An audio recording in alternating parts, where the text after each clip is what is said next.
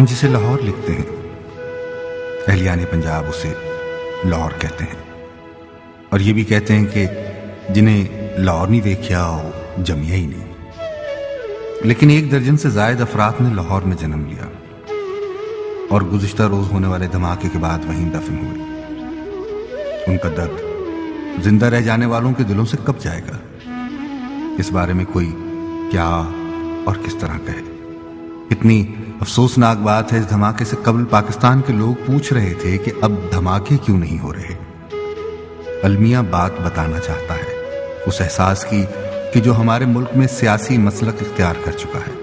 میں بھی جانتا ہوں کہ ان دھماکوں کے بعد پیدا ہونے والے درد کی سرحد صرف اس صوبے تک محدود ہے کہ جو آبادی میں بڑا ہے۔ اس درد کے لیے پشاور میں پھول نہیں بکھریں گے اور نہ ہی کوئٹہ میں شمیں جلیں گی۔ کراچی پرسکون رہے گا۔ صرف لاہور، اور وہ بھی اشفاق احمد کا لاہور، اپنے دریدہ دامن کے ساتھ نکل پڑے گا آدھی رات کو، کسی پردیسی کی مانند یا کسی دیوانے کی طرح۔ اگر فیض احمد فیض زندہ ہوتے تو سوچتے کہ میں نے شاید تنہائی کے درد کا بیان اس سانے کے حوالے سے کیا تھا، جن پر خون کے رشتوں کے سوا اور کوئی نہیں رویا، زخمیوں کے تیمارداروں اور مرنے والوں کے رشتہ داروں کے سوا اس ملک کا ہر فرد سکون کی نیند سویا۔ یہاں کس کو پرواہ ہے کہ کون مرا، کس طرح مرا اور کیوں مرا؟ المیے سے کہیں زیادہ کی کیفیت تو یہ ہے کہ اس ملک میں ایسے حالات ہیں کہ اگر بہت نہیں تو کچھ لوگوں نے سوچا ہوگا کہ اچھا ہوا مر گئے۔ وہ لوگ جو غریب تھے، رشتوں کے سوا ان کے پاس اور کچھ نہیں تھا، دھماکے کی وجہ سے وہ رشتے بھی چھوٹ گئے اور ٹوٹ گئے۔ وہ عہد و پیمان جو مرنے والوں نے زندہ بچ جانے والوں سے کیے تھے، اب وہ سوچتے ہوں گے لو تم بھی گئے، ہم نے تو سوچا تھا کہ تم نے باندھا تھا کوئی یاروں سے پیمانے وفا، اور لاہور بم دھماکے میں مر جانے والوں نے کچھ نہیں کیا تھا۔ نہ انہوں نے سیاسی مخالفین پر کوڑے برسانے کے آرڈر جاری کیے تھے، اور نہ انہوں نے اس ملک میں ایمرجنسی نافذ کی تھی، نہ انہوں نے عدلیہ پر شرمناک تشدد کیا تھا، اور نہ ہی انہوں نے کہا تھا کہ ہمیں اقتدار چاہیے۔ وہ لوگ تو معمولی خوشیوں کے لیے سخت مشقت کرنے والے لوگ تھے۔ ان میں بہت سارے افراد بہت ہی اچھے تھے۔ اچھا کون ہے؟ اگر یہ سوال اشفاق احمد سے پوچھا جاتا تو وہ بے حد سنجیدہ مسکراہٹ کے ساتھ کہتے کہ اچھا تو وہ ہے جس کو اپنے غم سے فرصت ہے۔ میں مانتا ہوں کہ یہ بہت ہی بے ربط کالم ہے، مگر کیا آپ نہیں جانتے کہ بم دھماکوں میں انسانی اعضا بکھر جاتے ہیں؟ ان بکھرے ہوئے لوگوں میں کچھ ایسے تھے کہ سب پوچھتے تھے احوال، جو کوئی درد کا مارا گزرے تھا۔ اب اجنبی اداس لوگوں سے کون پوچھے گا کہ تم اداس کیوں ہو؟ ہمارا یہی المیہ ہے کہ ہمارا احساس سکڑتا جا رہا ہے۔ سیاست کی سرحدیں ملک کی سرحدوں سے چھوٹتی جا رہی ہیں، حالانکہ درد کی سرحد کا قد اس قرۂ ارض سے کہیں بلند ہونا چاہیے، مگر ہمارے سینوں سے وہ احساس ہجرت کرتا جا رہا ہے کہ جو ہمارا آخری سہارا تھا۔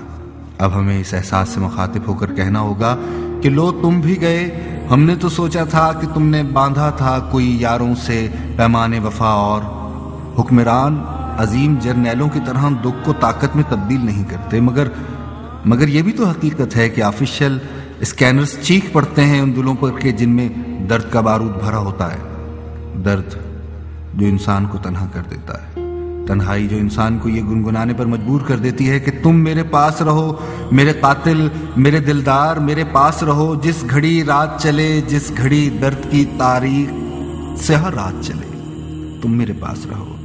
آسمانوں کا لہو پی کر سیاہ رات چلے، مرہم مشک لیے، نشتر و الماس لیے، بین کرتی ہوئی، ہنستی ہوئی گاتی نکلے، درد کے کانسنی پازے بجاتی نکلے۔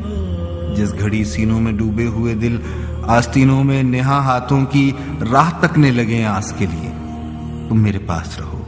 گزشتہ شب لاہور کے زخمی ہونٹوں پر کچھ ایسا ہی گیت تھا ان لوگوں کے لیے کہ جو بچ جانے کی سزا سے گزر رہے ہیں اور اس بھرے شہر میں اکیلے ہیں، صرف اس لیے کہ جو ان کے اپنے تھے اب وہ ان کے ساتھ نہیں رہے۔ لاہور کا کیا بگڑا؟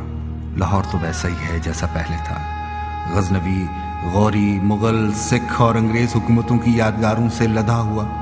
بادشاہی مسجد، شاہی قلعہ، شالامار باغ، جہانگیر کا مقبرہ اور بہت ساری تاریخی یادگار جوں کی توں کھڑی رہیں گی۔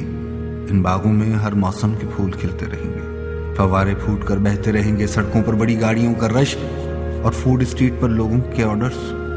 شہر کا دل بہت سخت ہوتا ہے، شہر تو تاریخی تبدیلیوں سے بھی نہیں ہلتے۔